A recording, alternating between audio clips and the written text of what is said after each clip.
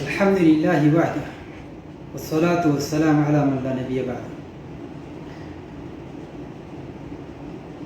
अस्सलामु अलैकुम वरहमतुल्लाहि वबरकातुह। आज फेरि पनि म यहाँहरुमा कुरानको श्रेष्ठता र त्यसलाई तिलावत गर्ने आदाब यानी तरिका शिष्टाचारको बारेमा सानो भिडियो बनाउन छोटो जानकारी दिनको लागि यहाँ उपस्थित भएको छु। आज रमजानको खाडी मुलुकहरुमा रमजानको दोस्रो दिन र दक्षिण एसियाली राष्ट्रहरु लगायत अन्य कयौं राष्ट्रहरुमा रमजानको कुनै देश कुनै ठाउँ पहिलो त कुनै दोस्रो सुरु हुँदै गरेको दिन। फेरि पनि यहाँहरुलाई म रमजान पवित्र महिना रमजानको शुभकामना र मुबारक ज्ञापन गर्न चाहन्छु। अल्लाहको रसूल सल्लल्लाहु अलैहि वसल्लमले भन्नुभएको छ कुरानको सम्बन्धमा, खैरुकुम मन तअल्लमल कुरान व अल्लमा। तिमीहरु मध्ये सबैभन्दा उत्तम व्यक्ति त्यो हो जसले कुरान पढ्छ, सिक्छ र अरूलाई पनि सिकाउँछ। कुरान इस्लाम धर्मको अन्तिम धर्मग्रन्थ। कुरान भन्दा पहिले पनि अल्लाह सुब्हानहु व तआलाले कयौं ग्रन्थहरू अवतरित गरिसक्नु भएको छ र कुरानलाई अन्तिम विधानको रूपमा अन्तिम ग्रन्थको रूपमा अल्लाह सुब्हानहु व तआलाले अवतरण गर्नुभएको छ। यो कुरानको बारेमा अल्लाह सुब्हानहु व तआलाले भन्नुहुन्छ ज़ालिकल किताबु ला रैब फीहि हुदल लिल मुत्तक़ीन। यो कुरान त्यस्तो किताब हो, त्यस्तो ग्रन्थ हो जसमा कुनै पनि शंका छैन, कुनै पनि सन्देह छैन। शंका र सन्देहको एउटा अलिकति पनि रत्तीभर पनि छैन। कसको लागि? ती व्यक्तिहरूको लागि जसले परोक्षमा ईमान राख्छन्, विश्वास गर्छन्।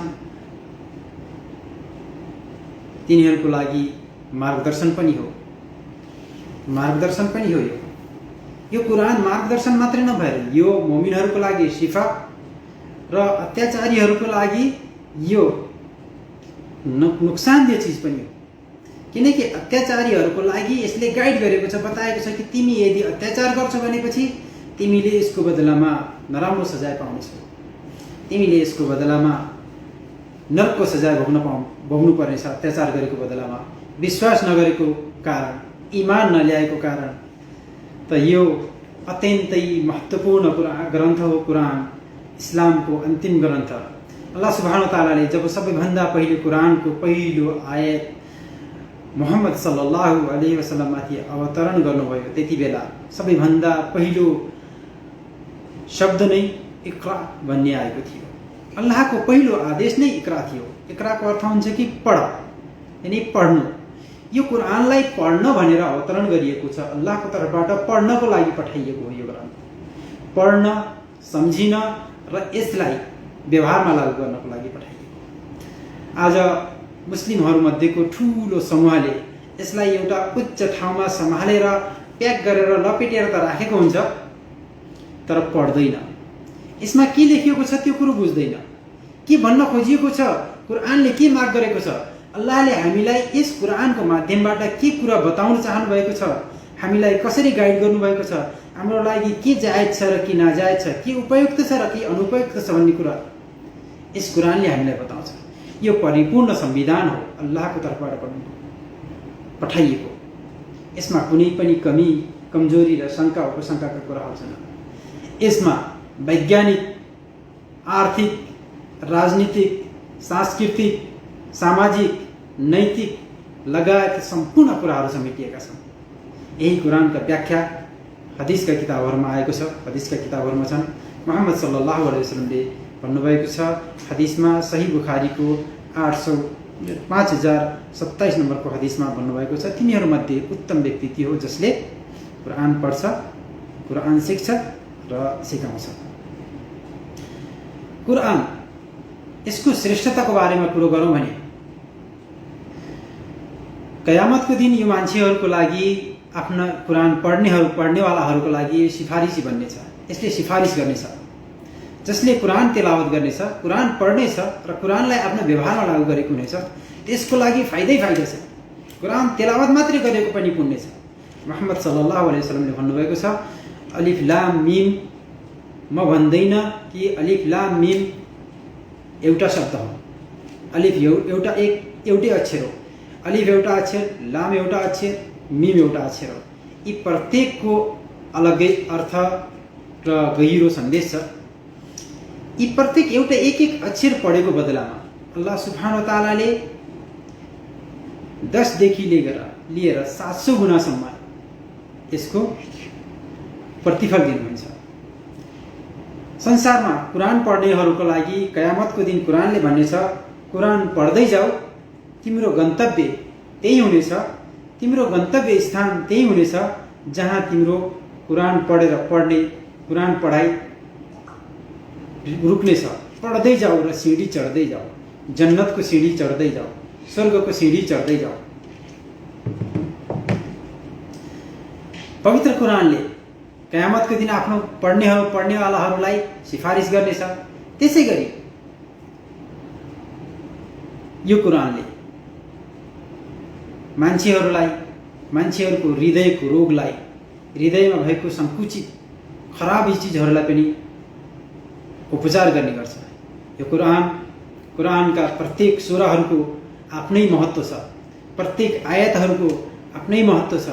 सुरतुल फातिहा यो एउटा त्यस्तो सुरा हो जसलाई अल्लाहको रसूल सल्लल्लाहु अलैहि वसल्लम भन्नुभएको छ कि योभन्दा पहिले अरू कसैलाई दिएको थिएन, यस्तो सुरा दिएको छ मलाई। सुरतुल फातिहा नमाजको एउटा आधार नै हो। प्रत्येक नमाजमा पढिन्छ। त्यसै गरी अल्लाहको रसूल सल्लल्लाहु अलैहि वसल्लम भन्नुभएको छ, सुरतुल बकराको आयत नम्बर 255 आयतुल कुर्सीको बारेमा पनि, आयतुल कुर्सी एउटा महान आयत हो। त्यसमा अल्लाहको विशेषताहरूको वर्णन छ। जसले पनि आयतुल कुर्सीलाई बिहानमा पढ्छ, बिहानको फजरको नमाजपछि पढ्छ, त्यसको लागि बिहानदेखि लिएर बेलुकासम्म त्यो विभिन्न किसिमका शैतानी उपद्रव र खराब चिजहरूबाट बचाउको लागि पर्याप्त हुनेछ। जसले बेलुका मग्रिबको नमाजको समयमा या मग्रिबभन्दा पहिले या मग्रिबभन्दा पछि बेलुकामा पढ्नेछ, त्यसको लागि पनि रातभरिको लागि त्यो सुरक्षाको कवच बन्नेछ, सुरक्षाको स्रोत बन्नेछ। जसले सुत्ने बेलामा आयतुल कुर्सी पढ्छ, शैतान त्यसको नजिक पनि आउने छैन। सुरतुल इखलासको बारेमा भनिएको छ, जसमा अल्लाहको एकताको तौहिदको बयान गरिएको छ। त्यसको बारेमा मुहम्मद सल्लल्लाहु अलैहि वसल्लम भन्नुभएको छ, यो सुरतुल इखलास कुरानको 1/3 भाग हो। कुरानको 1/3 भाग हो। जसले पनि सुरतुल इखलास पढ्छ, त्यसले कुरानको 1/3 यानी 1/3 कुरान पढेको त्यसलाई सवाब मिल्छ, पुण्य मिल्छ। कुरान पढ्नेहरूको मिसाल अल्लाहको रसूल सल्लल्लाहु अलैहि वसल्लम भन्नुभएको छ। अबू मूसा अशअरी रदियल्लाहु अन्हुद्वारा वर्णित छ कि त्यो कुरान पढ्ने मोमिनको मिसाल, त्यसको उदाहरण यस्तो हो कि एउटा सुन्तला जसमा सुगन्ध हुन्छ, त्यसको सुगन्ध पनि आउँछ र त्यसको स्वाद पनि मिठो हुन्छ। कुरान पढ्नेकोलाई त्यसरी मिसाल दिनुभएको छ, उदाहरण दिनुभएको छ।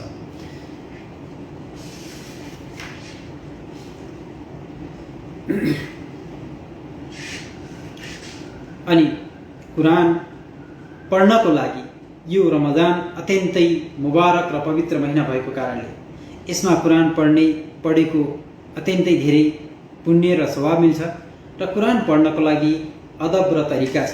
कुरान पढ्ने अदब र तरिकाको बारेमा के त? कुरान पढ्दाखेरि सबैभन्दा पहिले त वजुको साथमा पढौँ। वजु गरेर आफूलाई पवित्र र सफा गरेर पढ्नुपर्छ। त त्यसपछि कुरान पढ्नको लागि बसिसकेपछि कुरानमा मैले पढ्दैछु भनेर कुरानतिर ध्यान केन्द्रित गर्नुपर्छ, हृदयलाई कुरानतिर लगाउनुपर्छ, ताकि कुरान पढ्दाखेरि कुरानले के भनेको छ त्यो कुरो बुझ्न र सम्झिन सकियोस्। कुरान पढ्ने व्यक्तिले कसैलाई देखाउनको लागि होइन, अल्लाहको प्रसन्नताको लागि, अल्लाहलाई खुसी पार्नको लागि कुरान पढ्नुपर्छ। तब मात्र यसको पुण्य र प्रतिफल मिल्छ। कसैलाई देखाउन गरेको रियाकारीको कुनै पनि काम हुन्छ भने त्यसको कुनै फाइदा छैन। कुरान पढ्ने व्यक्तिले किब्लाको रुख गरेर किब्लातिर अनुहार गरेर कुरान पढ्नुपर्छ। यो कुरान पढ्ने अदब र तरिका हो।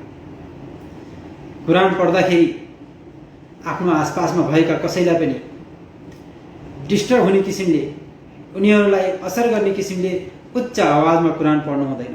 कुरानलाई हल्का आवाजमा आफूले बुझ्ने र सम्झिने गरी अर्को छेउमा बसेको या आसपासमा भएका व्यक्तिहरूलाई डिस्टर्ब नहुने गरेर कुरान तेलावत गर्नुपर्छ। यो पनि कुरान पढ्ने एउटा आदाब यानि शिष्टाचार मध्येको हो। त्यसैगरी कुरान पढ्दाखेरि सबैभन्दा पहिले धुत्कारीको शैतानबाट अल्लाह सुब्हानहु व तआलाको शरण माग्नुपर्छ। आउजु बिल्लाहि मिनश शैतानिर रजिम, अनि अल्लाहको नाम लिँदै बिस्मिल्लाहिर रहमानिर रहिम भनेर अल्लाहको नामबाट सुरु गर्दछु भनेर कुरान तेलावत सुरु गर्नुपर्छ, कुरान पढ्नुपर्छ। कुरान त्यत्तिकै वाचन गर्नाले, कुरानको तेलावत मात्रै गरेर पनि पुण्य मिल्छ, नेकी मिल्छ। तर कुरानलाई सम्झेर पढ्नुको नेकी र फाइदा भनेको अत्यन्तै धेरै छ। त्यसैले कुरानलाई पढ्दाखेरि हामीले कुरान सम्झेर पढ्ने कोसिस गरौँ। अल्लाह सुब्हानहु व तआलाले हामीलाई हाम्रो लागि यो निर्देशन पुस्तिका, जीवन व्यवस्थालाई सम्झेर पढ्ने अनि व्यवहारमा लागू गर्ने, यसले मनाही गरेका कुराहरूबाट बच्ने र यसले गर्नलाई आदेश गरेका, उपदेश दिएका कुराहरू, कामहरू गर्ने, मानवहरूको लागि भलाइ र कल्याणको बाटो खोज्ने माध्यम बनाऊ। अल्लाह सुब्हानहु व तआलाले हाम्रो लागि यो सम्पूर्ण यो कुरान मात्रै मुसलमानहरूको लागि होइन, यो कुरान त सम्पूर्ण मानवहरूको लागि मार्गदर्शन हो, सम्पूर्ण मानवहरूको लागि जीवन व्यवस्था हो, अन्तिम जीवन व्यवस्था हो। जस्तै कुनै पनि कुरा, उदाहरणको लागि एउटा मोबाइल हामीले किन्छौँ भनेपछि, एउटा मोबाइल ल्याउँछौँ भनेपछि यो मोबाइललाई चलाउनको लागि हामीलाई एउटा सानो निर्देशन पुस्तिका मिलेको हुन्छ, निर्देशिका मिलेको हुन्छ। त्यो निर्देशिकाबाट हामीले यो मोबाइललाई कसरी चलाउने, यस मोबाइलका प्रत्येक फङ्सनहरूलाई, प्रत्येक प्रोग्रामहरूलाई कसरी चलाउने भन्ने कुरो गाइड गर्छ। त्यसबाट सजिलो हुन्छ हामीलाई सिक्नको लागि, चलाउनको लागि। तर हामी आफ्नो मर्जीले चलाउँछौँ भने मोबाइल खराब हुन्छ। त्यस्तै हाम्रो जीवनको लागि हामीले के गर्नुपर्छ भन्ने कुरो हाम्रो सृष्टिकर्ता, सम्पूर्ण ब्रह्माण्डको सृष्टिकर्तालाई भन्दा धेरै अरू कसैलाई जानकारी छैन। दुनियाँमा मान्छेले विभिन्न किसिमका विधान, संविधानहरू, कानुन, नियमहरू बनाएका छन्, तर ती कानुन र विधानहरू अधुरा छन्। ती कानुन र विधानहरू केही दिन चल्छन्, फेरि परिवर्तन गर्नुपर्ने हुन्छ।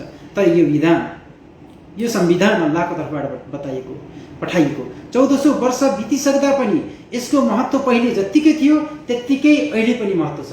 त्योभन्दा धेरै महत्त्व यसको बढ्दै गएको छ। यसले त्यति बेलाका व्यक्तिहरूले पनि यसबाट लाभान्वित भएका थिए, फाइदा उठाइरहेका थिए, आज पनि फाइदा उठाइरहेका छन्। आज वैज्ञानिकहरूले पनि यसबाट फाइदा उठाइरहेका छन्। यस विषयमा वैज्ञानिकहरूले कसरी फाइदा उठाइरहेका छन्, कुरानले कसरी विज्ञानको वर्णन गरेको छ, विज्ञानलाई कसरी गाइड गरेको छ कुरानले भन्ने कुरो म इन्शाअल्लाह समय मिलेमा अर्को पटक फेरि त्यो विषय लिएर पनि यहाँहरूको सामु आउनेछु। यो कुरान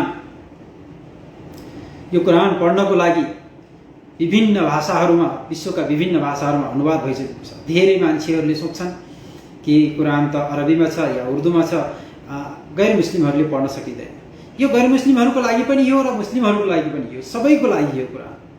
सम्पूर्ण मुस्लिम तथा गैर मुस्लिम दाजुभाइ तथा दिदीबहिनीहरूले, मैले यही पेजमै भर्खरै केही बेर अगाडि मात्रै सेयर गरेको छु। विश्वका 48 भाषाहरूमा अनुवादित कुरानको लिङ्क, त्यहाँ एउटा PDF खोल्छ। PDF खोलेर तपाईँले आफूले जान्ने र आफूले सिक्ने, आफूले बुझ्न सक्ने भाषामा त्यहाँ भएको एउटा बारकोडलाई, कुरानलाई क्लिक गर्नुहोस् अनि कुरान खोलेर त्यसलाई डाउनलोड गर्नुहोस्, आफू स्वयंले पढ्नुहोस्, अरू दाजुभाइ तथा दिदीबहिनीहरू, साथीहरूलाई सेयर गर्नुहोस्, आफ्नो मोबाइलमा सेभ गरेर राख्नुहोस्। जति बेला चाहनुहुन्छ तपाईँले अनलाइन या अफलाइन जुनसुकै बेलामा पनि पढ्न सक्नुहुन्छ। यो कुरान त्यस्तो किताब हो, त्यस्तो ग्रन्थ हो जसले योभन्दा पहिलेका ग्रन्थहरूको बारेमा पनि पुष्टि गर्छ। सूरा आली इमरानमा अल्लाह सुब्हानहु व तआलाले भन्नुभएको छ, यो कुरानले योभन्दा पहिलेका ग्रन्थहरूको लागि पनि पुष्टि गर्छ। योभन्दा पहिलेका मुहम्मद सल्लल्लाहु अलैहि वसल्लम भन्दा पहिलेका सन्देशहरूको बारेमा पनि पुष्टि गर्छ। प्रत्येकलाई सम्मान दिएको छ, प्रत्येकलाई सम्मान दिने कुरो गर्छ, प्रत्येकमाथि इमान ल्याउने र आस्था गर्ने कुरो गर्छ। अवहेलना कसैलाई गरेको छैन। कुरानले अहिले मात्रै नभएर पहिलेका सम्पूर्ण ग्रन्थहरूको पुष्टि गर्नुको साथसाथै, सम्पूर्ण सन्देशहरूको पुष्टि गर्नुको साथसाथै, सबैलाई सम्मान दिनुको साथसाथै सबैसँग राम्रो व्यवहार गर्ने पनि आदेश दिएको छ। तर विडम्बनाको कुरो छ, धेरै मुस्लिमहरूले कुरान पढेका छैनन्, कुरान पढ्न जान्दैनन्, बुझ्दैनन्, कमसे कम अरबीमा पढ्न नजाने पनि, सम्झिन नजाने पनि। आजको समयमा अल्लाहले उत्तम बदला देऊन् ती अनुवादकहरूलाई, ती व्याख्याकर्ताहरूलाई जसले कुरानको सही अनुवाद र व्याख्या गरेका छन्। तिनीहरूको मेहनतले गर्दाखेरि आज विभिन्न भाषाहरूमा हामीले कुरान पढ्न सक्छौँ, कुरान पढ्न पाउँछौँ। हाम्रो लागि धेरै सजिलो भएको छ। म कामना गर्छु, अल्लाह सुब्हानहु व तआलासँग प्रार्थना गर्छु कि अल्लाह हामीलाई यो कुरान सम्झिन सक्ने, पढ्न सक्ने, सम्झिन सक्ने र यसलाई व्यवहारमा उतार्न सक्ने क्षमता प्रदान गर्नुहोस्। यसलाई हाम्रो जीवनको मार्गदर्शन बनाइदिनुहोस्। यसलाई हाम्रो लागि यस लोक र परलोकको मुक्तिको माध्यम बनाइदिनुहोस्। यसलाई पढ्ने, कुरानलाई पढ्ने कण्ठस्थकर्ताहरूलाई तपाईले दिएको वाचा र वचन पूरा गर्नुहोस्। कुरान कण्ठस्थ गर्ने, कुरान याद गर्नेहरूको बारेमा पनि थोरै कुराहरू बताइहाल्नुहोस्, जानकारी दिउँ। जसले कुरान याद गर्छ, जसले आफ्नो सन्तानलाई कुरान याद गराउँछ, कुरानको हिफ्ज गराउँछ, कयामतको दिन हिफ्ज गराउने बाउ आमाको लागि ताज मिल्नेछ, एउटा ताज, सर टाउकामा ताज मुकुट मिल्नेछ, सुनको मुकुट, हीरा मोतीको मुकुट अल्लाह सुब्हानहु व तआलाको तर्फबाट मिल्नेछ। त्यो उनीहरूको लागि पुरस्कार हुनेछ। संसारमा एउटा मात्रै यस्तो ग्रन्थ हो, यो ग्रन्थ यस्तो किताब हो जसलाई आज करोडौंको संख्यामा मान्छेहरूले कण्ठस्थ गरेका छन्। दुनियाँको कुनै पनि किताब, चाहे सानोभन्दा सानो किताब किन नहोस्, कसैले कण्ठस्थ गर्न सकेको हुन्न, जस्तै याद गर्न सकेको हुँदैन। तर कुरान एउटा त्यस्तो किताब हो, त्यस्तो ग्रन्थ हो जसलाई 1400 वर्ष पहिलेदेखि अहिलेसम्म हजारौं लाखौंको संख्यामा प्रत्येक समय, हर समयमा लाखौंको संख्यामा मान्छेहरूले कण्ठस्थ गर्दै आए। पुरै दुनियाँबाट यो कुरान किताब हटाइए पनि मान्छेको हृदयमा कुरान बसेको छ। तुरुन्तै कुरान लेख्न सकिन्छ। यो कुरानको अवतरण अल्लाह सुब्हानहु व तआलाले स्वयं गर्नुभएको हो र यसको पनि स्वयं अल्लाहले सुरक्षा गर्नुहुनेछ। यसैको प्रमाण दिँदै अल्लाहले भन्नुभएको छ, इन्ना नहनु नज्जलना जिक्रा व इन्ना लहु लहाफिजुन। यो कुरानलाई मैले नै अवतरण गरेँ र मैले नै यसको सुरक्षा गर्नेछु। दुनियाँको कुनै पनि ग्रन्थ, योभन्दा पहिलेका ग्रन्थहरूलाई अल्लाह सुब्हानहु व तआलाले सुरक्षा गर्ने जिम्मेदारी लिनुभएको थिएन। त्यस कारणले पनि ती ग्रन्थहरू परिवर्तन भए, बदलिए, जस्ताको तस्तै अवस्थामा छैनन्। तिनीहरूमा केही कुरा सच्चाइका भए पनि धेरै मिलावटका र भ्रमपूर्ण कुराहरू छन्, धेरै गल्तीहरू छन्, धेरै मिलावटपूर्ण कुराहरू छन् र अधुरा पनि थिए ती पहिलेका ग्रन्थहरू। तर यो परिपूर्ण ग्रन्थ, परिपूर्ण किताब अल्लाहको तर्फबाट पठाइएको। यो भन्दा पछि अब कुनै ग्रन्थ आउने छैन र यो मुहम्मद सल्लल्लाहु अलैहि वसल्लम पछि अरू कुनै नबी या सन्देशता आउने छैन। त्यसैले सम्पूर्ण नेपाली दाजुभाइ तथा दिदीबहिनीहरूलाई, सम्पूर्ण नेपाली भाषा बुझ्ने दाजुभाइ तथा दिदीबहिनीहरूलाई यस भिडियोको माध्यमबाट म एकपटक अनिवार्य रूपमा कुरान पढ्न र कुरान पढ्नुभन्दा पहिले अझ मुहम्मद सल्लल्लाहु अलैहि वसल्लमको जीवनी अर्रहिकुल मख्तुम पढ्नु हुन अनि कुरान पढ्नु हुन, यसलाई सम्झिनु हुन आह्वान गर्दछु र म सम्पूर्ण नेपाली दाजुभाइ तथा दिदीबहिनीहरूलाई चुलो निम्तो दिन चाहन्छु कि आउनुहोस् इस्लाममा। इस्लाम कसैको जातिगत होइन, कसैको व्यक्तिगत होइन, कसैको घरको प्रपर्टी होइन। यो कुनै जाति विशेषको लागि, व्यक्ति विशेषको लागि, समूह विशेषको लागि या कुनै देश या भाषा विशेषको लागि मात्रै होइन। यो सम्पूर्ण मानव जातिको लागि हो। कुरान पनि र इस्लाम पनि। आउनुहोस्, इस्लाममा स्वागत गर्न चाहन्छु। इस्लाम स्वीकार गर्नुहोस्। इस्लाम नै एकमात्र मुक्तिको माध्यम हो। इस्लाम बाहेक अन्य कुनैमा मुक्ति छैन। किनकि पहिलेका धर्महरूलाई, पहिलेका विधानहरूलाई मान्छेहरूले परिवर्तन गरिसके, बदलेका छन्, बिगारेका छन्। त्यसले गर्दाखेरि ती अहिलेको समयमा उपयुक्त छैन। कुरान नै उपयुक्त छ। कुरान पढ्नुहोस्, सम्झिनुहोस् र व्यवहारमा लागू गर्नुहोस् अनि इस्लाममा आउनुहोस्। सबैलाई पुनः स्वागत गर्दै मेरो आजको यो सानो मन्तव्य यहीँ टुङ्ग्याउँछु। हस्त अस्सलामु अलैकुम व रहमतुल्लाहि व बरकातुहू व सल्लल्लाहु अला नबी व आखिर दावाना अनिल हम्दुलिल्लाहि रब्बिल आलमीन।